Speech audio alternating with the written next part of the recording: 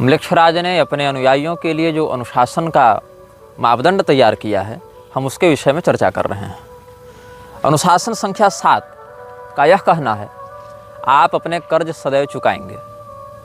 अपने कर्ज चुकाएंगे, इससे तात्पर्य केवल आर्थिक कर्ज नहीं है। जैसे कोई बैंक अपने ग्राहक को लोन देती है और उस ग्राहक से उसके बदले सूद लेती है, तो ये एक प्रकार का आर्थिक विनिमय हो गया, कर्ज का आदान प्रदान हो गया।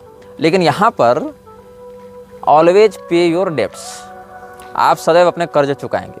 इसका तात्पर्य यह है कि अगर म्लेच्छराज के किसी सेवक के द्वारा आपके प्रति कोई उपकार किया गया है, तो आप उस उपकार को अवश्य चुकाएंगे। आप बीच में संगठन नहीं छोड़ सकते हैं। मतलब आप संगठन के द्वारा दिए गए उपकार का बदला सदैव चुकाते रहेंगे। जहाँ भी आपका कार्य क्षेत्र हो, जहाँ पर भी आप कार्य कर रहे हों, चाहे आप नेता हों, चाहे आप अभिनेता हों, चाहे आप खिलाड़ी हों, चाहे आप उद्योगपति हों, चाहे आप चिकित्सक हों, चाहे आप लेखक हों, चाहे आप वैज्ञानिक हों, चाहे आप व्यवसायी हों या जो भी हों, संगठन के द्वारा, म्लेच्छराज के लोगों के द्वारा आपके प्रति जो उपकार किया गया है, आपको जो बल या संसाधन प्रदान किए गए हैं, आप उसका बदला सदैव चुकाएंगे। कभी भी एक तरफा ये संबंध नहीं होगा कि आपने वहाँ से लाभ उठा लिया और जब अपने कर्तव्य के निर्वहन की बात आई तो आप पीछे हट गए। 8वां नियम यह कहता है, एक जान की कीमत गोली की कीमत से सदैव अधिक होती है।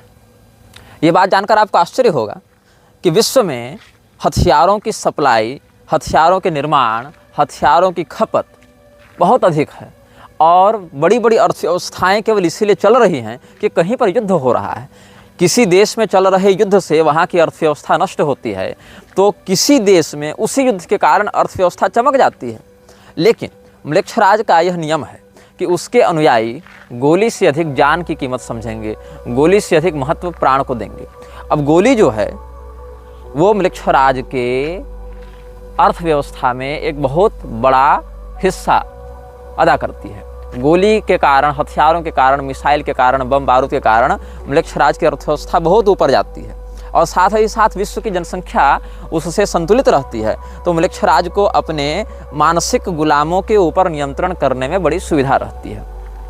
लेकिन इसका जो नियम है कि गोली की कीमत जान की कीमत से सदैव कम रहेगी, ये नियम उसके सेवकों के ऊपर बहुत महत्वपूर्ण रूप से लागू होता है, ताकि केवल वो लोग मरें जो म्लेच्छराज के प्रति पूर्णतया समर्पित नहीं है। क्योंकि अगर अपने ही गुलाम मर जाएंगे तो काम कौन करेगा? इसलिए गुलाम जिंदा रहें, गुलाम अपना काम करते रहें। जॉम्बी जो हैं, जॉम्बी का सरदार जॉम्बी को नहीं मरने देता। वेम्पायर इत्यादि के जो सरदार है वो वेम्पायर को नहीं मरने देते, यही मैथोलॉजी में कहा जाता है। लेकिन ये बात यहाँ भी लागू होती है कि गुलाम अगर मर जाएंगे तो हमारे अभियान को आगे बढ़ाएगा कौन? हमको मैन पावर कहाँ से मिलेगा? इसीलिए लोग मरें, लेकिन मरने वालों में हमारे गुलाम ना हों। हमारे गुलामों की जान की कीमत गोली की कीमत से सदैव ज़्यादा रहेगी। इसीलिए जहाँ बड़े बड़े युद्ध हो रहे हों, वहाँ मरने वाले लोग या तो म्लेच्छराज के संगठन में, म्लेच्छराज के दल में बहुत निम्न स्तर के लोग हैं जिनके मरने से म्लेच्छराज की सत्ता को प्रभाव नहीं पड़ता, या फिर ये वो लोग हैं जिनको जिंदा रखकर अब म्लेच्छराज को कोई लाभ नहीं होगा। म्लेच्छराज का 9वां नियम यह कहता है, बिना पहले स्तर को पार किए आप अगले स्तर तक नहीं पहुंच सकते हैं। आपको जो काम करने के लिए कहा गया है, यदि आप उस काम में असफल होते हैं तो आप उसी स्तर में फंसे रह जाएंगे। जैसे कि किसी भी सत्ता के लिए अलग अलग स्तर होते हैं। जैसे कि नेतागिरी में भी स्तर है, मुखिया है, सरपंच है, उसके ऊपर आप नगर पंचायत या जिला परिषद देख लीजिए, उसके ऊपर सांसद है, विधायक सांसद देख लीजिए, उसके ऊपर प्रधानमंत्री, मुख्यमंत्री इत्यादि हैं। तो उसी प्रकार से यहाँ भी अलग अलग स्तर हैं। और फ्रीमेसन्स में भी 33 स्तरों की बात कही जाती है और फ्रीमेसन्स भी काउंसिल ऑफ 17 का एक हिस्सा है। फ्रीमेसन्स हो, इल्यूमिनाती हो या बोन एंड स्कल्स हो, ये सब अलग अलग जो अनुभाग चल रहे हैं म्लेच्छराज के, ये सभी काउंसिल ऑफ 17 का ही हिस्सा है। काउंसिल ऑफ 17 में 15 संस्थाएं हैं और जो 2 हैं वो आर्द्रम्लेच्छ और अनाम्लेच्छ हैं। जो मतलब जैसा कि मैंने आपको पिछले अनुभाग में बताया था, एक ही शरीर में रहने वाली 2 शक्तियां हैं, आर्द्रम्लेच्छ और उसका नियंत्रक अनाम्लेच्छ।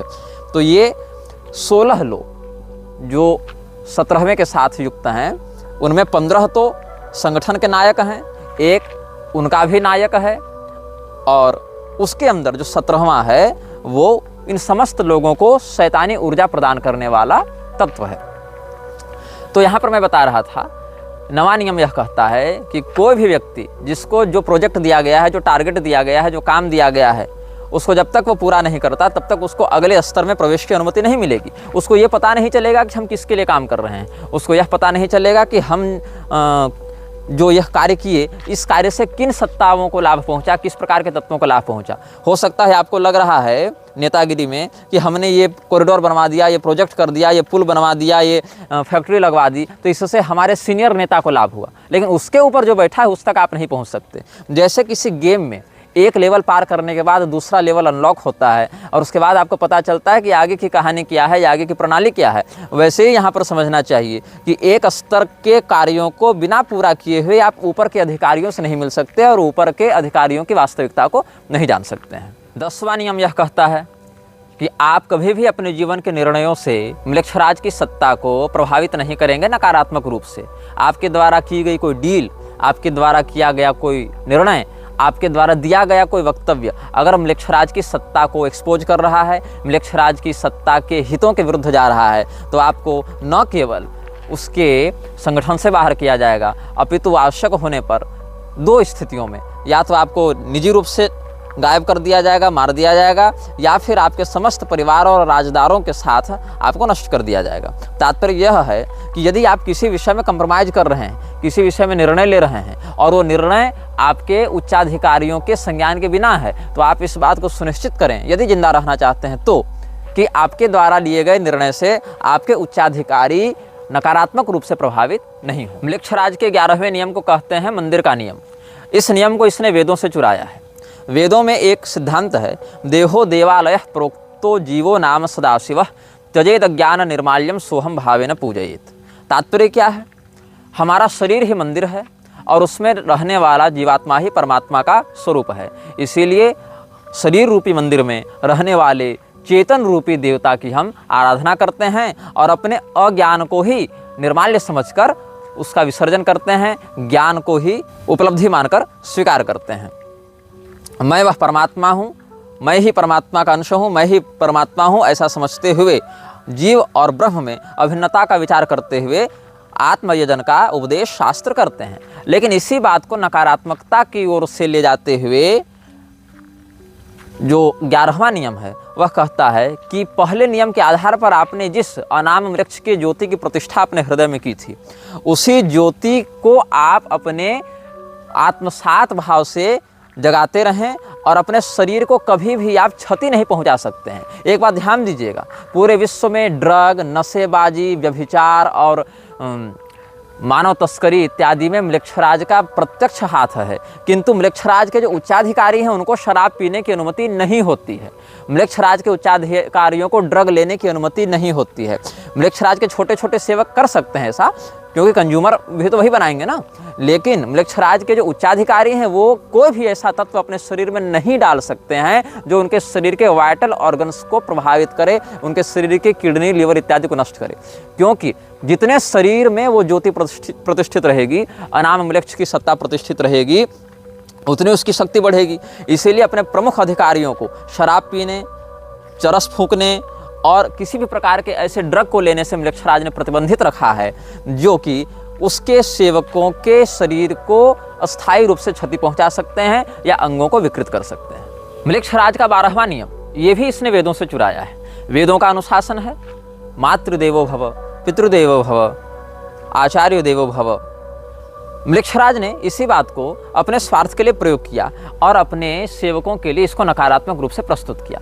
म्लेच्छराज का यह कहना है कि जो व्यक्ति अपने माता पिता के प्रति वफादार होता है, माता पिता के प्रति निष्ठा रखता है, वही व्यक्ति म्लेच्छराज का सच्चा सेवक भी बन सकता है। आपको आश्चर्य होगा जानकर कि कैसे। अगर कोई व्यक्ति अपने माता पिता से बहुत प्रेम करता है, अपने माता पिता की बात मानता है, तो इस बात से यह भी साबित होता है, यह बात भी सिद्ध हो जाती है कि वो व्यक्ति कभी भी कोई ऐसा कृत्य नहीं करेगा जिससे उसके माता पिता दुखी हों, उसके माता पिता रुष्ट हों, उसके माता पिता की सुरक्षा पर कोई नकारात्मक प्रभाव पड़े। तो जो व्यक्ति अपने माता पिता के भक्त होते हैं, म्लेच्छराज चाहता है कि ये उसके गुलाम बने।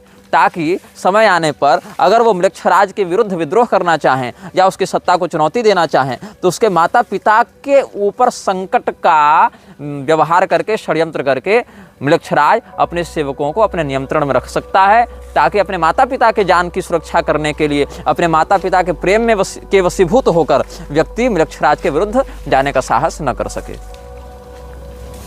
म्लेच्छराज के 13वें नियम को कहते हैं शत्रुबोध का नियम, कि आपको बिल्कुल अच्छे से यह ज्ञात होना चाहिए कि मेरा शत्रु कौन है और मेरा मित्र कौन है।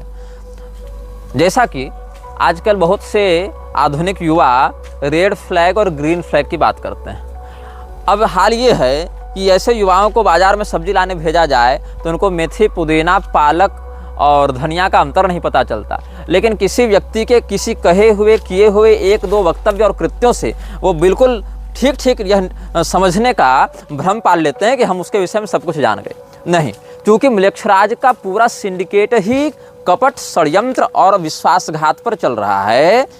बाहरी लोगों के लिए, संगठन के आंतरिक लोगों के लिए नहीं, बाहरी लोगों के लिए, बाहरी दुनिया के लिए म्लेच्छराज कपट, विश्वासघात के ही आधार पर समस्त कार्यों को करता है। तो यह समझना चाहिए कि आप अपने शत्रु और अपने मित्र को बहुत अच्छे से पहचानेंगे। हो सकता है कोई व्यक्ति षड्यंत्र करके आपके दल में सम्मिलित होना चाहता हो और आप उससे रहस्य बता दें, या आपके विश्वास को अपना हथियार बनाता हुआ वह म्लेच्छराज के विरुद्ध कोई षड्यंत्र करे या उसकी सत्ता को चुनौती देने का प्रयास करे, तब क्या होगा?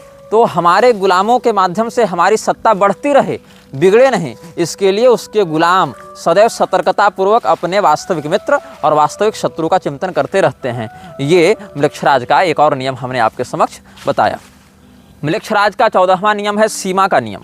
आपको अपनी औकात पता होनी चाहिए, आपको अपना पोटेंशियल पता होना चाहिए, आपको पता होना चाहिए कि आप किस किस काम में अच्छे हैं। जिस काम में अच्छे हैं केवल वही करने की अनुमति है। एक्सपेरिमेंट नहीं करना है कि हम ये काम करके देखते हैं, हम ये काम करके प्रयास करते हैं। म्लेच्छराज के अभियान में एक्सपेरिमेंट की अनुमति नहीं है, वहाँ परिणाम की निश्चितता होनी चाहिए। हम जो कर रहे हैं उससे हमारे अभियान में क्या परिणाम प्राप्त होगा ये शोध का विषय नहीं होना चाहिए। जब आप समाज में किसी हथियार को लॉन्च करेंगे, जब आप समाज में किसी महामारी को लॉन्च करेंगे, जब आप समाज में किसी प्रकार के व्यवस्था को लागू करेंगे तो उस बात का परीक्षण करने के लिए लागू नहीं करेंगे, परिणाम की प्राप्ति को होने के लिए लागू करेंगे। यही 14वां नियम है जो कहता है सीमा का नियम। सीमा का नियम मतलब आपको अपनी लिमिट पता होनी चाहिए, आपको अपना सामर्थ्य और अपनी कमजोरी का बिल्कुल स्पष्ट बोध होना चाहिए। म्लेच्छराज का 15वां नियम यह कहता है आप अपने नायक को प्रतिस्थापित नहीं कर सकते हैं। There would be only one and only one boss. इसका अर्थ है कि म्लेच्छराज का कोई उत्तराधिकारी नहीं होगा। म्लेच्छराज का कोई चयन नहीं कर सकता है कि चलो काउंसिल ऑफ 17 में आज हम इसको बना दिए, 5 साल के बाद इसको बना दिए, उसको बना दिए। बिल्कुल नहीं, ये प्रतिबंधित है।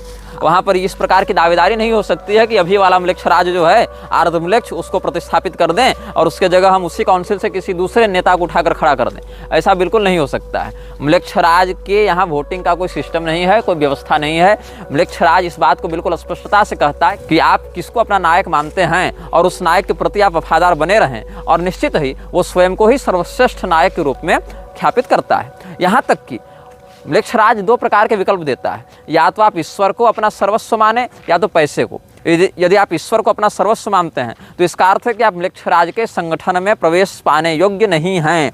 यदि आप पैसे को अपना सर्वस्व मानते हैं तो म्लेच्छराज आपको इतना कुछ दे देगा जिसकी आपने कभी कल्पना भी नहीं की होगी। 16वां नियम पलायन का नियम है।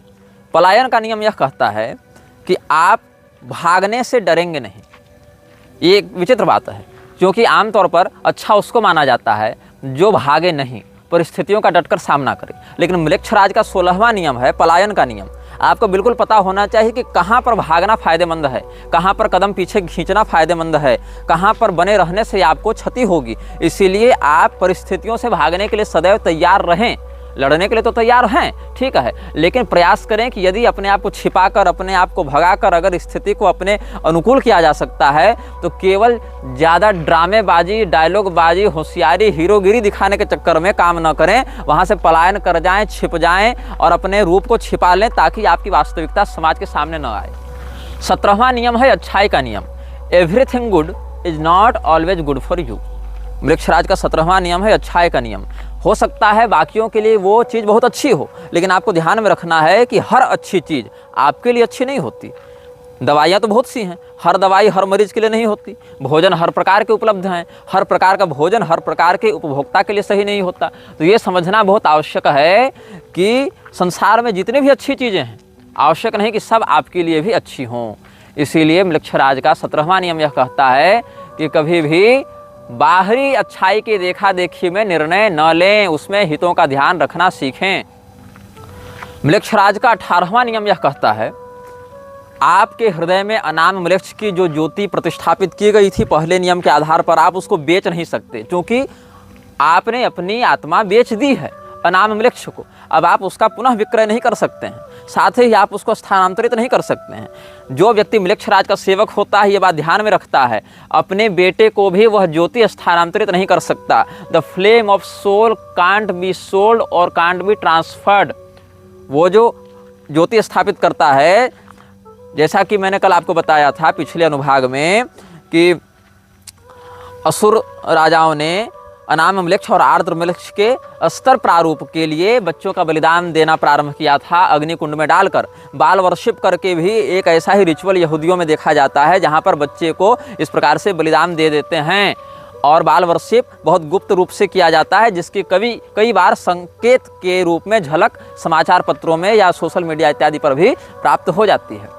तो यह समझना आवश्यक है कि आपके हृदय में जो अनाम मृक्ष की ज्योति है वो स्थानांतरित नहीं की जा सकती, हर व्यक्ति के लिए व्यक्तिगत होती है। उसको संपत्ति के आधार पर वसीयत में नहीं डाला जा सकता, उसके माध्यम से। और ये भी नहीं कि आप विसर्जित कर सकते हैं, क्योंकि उससे आपकी चेतना जुड़ी हुई है। यदि आप उसको विसर्जित करेंगे तो आपकी आत्मा को भी शरीर से बाहर निकलना पड़ेगा। ये नहीं कि हमने ज्योति निकाल दी और हम आत्मा को अपने शरीर में धारण किए हुए हैं, ऐसा नहीं हो सकता है। वो दोनों की संयुक्त प्रतिष्ठा होती है। यदि आप में उस ज्योति की सुरक्षा करने का साहस नहीं है, उस ज्योति की सुरक्षा करने का सामर्थ्य नहीं है, तो धीरे धीरे वह ज्योति आपको नष्ट कर देती है। अर्थात जैसे आप किसी गाड़ी में बैठे हुए हैं और गाड़ी का नियंत्रण कर रहे हैं, लेकिन अगर गाड़ी से आपका नियंत्रण चला जाए तो वो गाड़ी स्वयं को भी नष्ट कर लेती है और आपको भी नष्ट कर देती है। उसी प्रकार से हृदय में जो अनाम मृक्ष की ज्योति जलती है, जब द फ्लेम ऑफ सोल जो उसने स्थापित किया हुआ है, वह जो अग्नि ज्वाला है, उस अग्नि ज्वाला को यदि आप नियंत्रित नहीं करते हैं तो अग्नि ज्वाला आपको नियंत्रित करते हुए मानसिक रूप से पागल कर देती है और विनष्ट कर देती है। 19वां नियम यह कहता है, the talks of house remain in the house. Council में जो बात होगी वो काउंसिल में ही रहेगी। किसी भी सार्वजनिक समाचार पत्र में, किसी भी मीडिया चैनल में, किसी भी प्रकार के प्रसारण संबंधी व्यवस्था में उसको सार्वजनिक नहीं किया जाएगा। यदि आप उस बात को सार्वजनिक करते हैं किसी ऐसे व्यक्ति के सामने जो काउंसिल का सदस्य नहीं है, किसी ऐसे व्यक्ति के सामने जो उस ज्योति को धारण नहीं करता है, जो ज्योति धारक नहीं है, तो भी आपको मार दिया जाएगा। मतलब जो भी घटनाएं, जो भी निर्णय, जो भी परियोजनाएं काउंसिल की बैठक में चर्चित होंगी, निर्णीत होंगी, वो केवल और केवल काउंसिल सदस्य ही जान सकते हैं। वही व्यक्ति जान सकता है जिसने अनाम मृक्ष की ज्योति की प्रतिष्ठा अपने हृदय में की है। 20वां नियम है उद्देश्य का नियम। कभी भी अनाम मृक्ष की ज्योति का धारक अपने लिए किसी भी चीज की वैयक्तिक कामना अनाम वृक्ष के विरुद्ध जाते हुए नहीं कर सकता है। मृक्षराज के उद्देश्य को पूर्ण करना ही उसके जीवन का, उसके कृत्य का अंतिम और सर्वोच्च लक्ष्य होना चाहिए। वो प्रसिद्धि की चाह में, पैसे की चाह में या समाज में प्रतिष्ठा की चाह में अनाम वृक्ष के विरुद्ध नहीं जा सकता है और अनाम वृक्ष के अभियान को खतरे में नहीं डाल सकता है। You will not seek for your name and fame, you will always seek for Mrikshraj success in his missions. यह वीडियो जल्द ही हटा दिया जा सकता है। कृपया थर्ड पार्टी ऐप्स का उपयोग करके डाउनलोड करें। आप इस वीडियो को अपने चैनल पर फिर से अपलोड भी कर सकते हैं।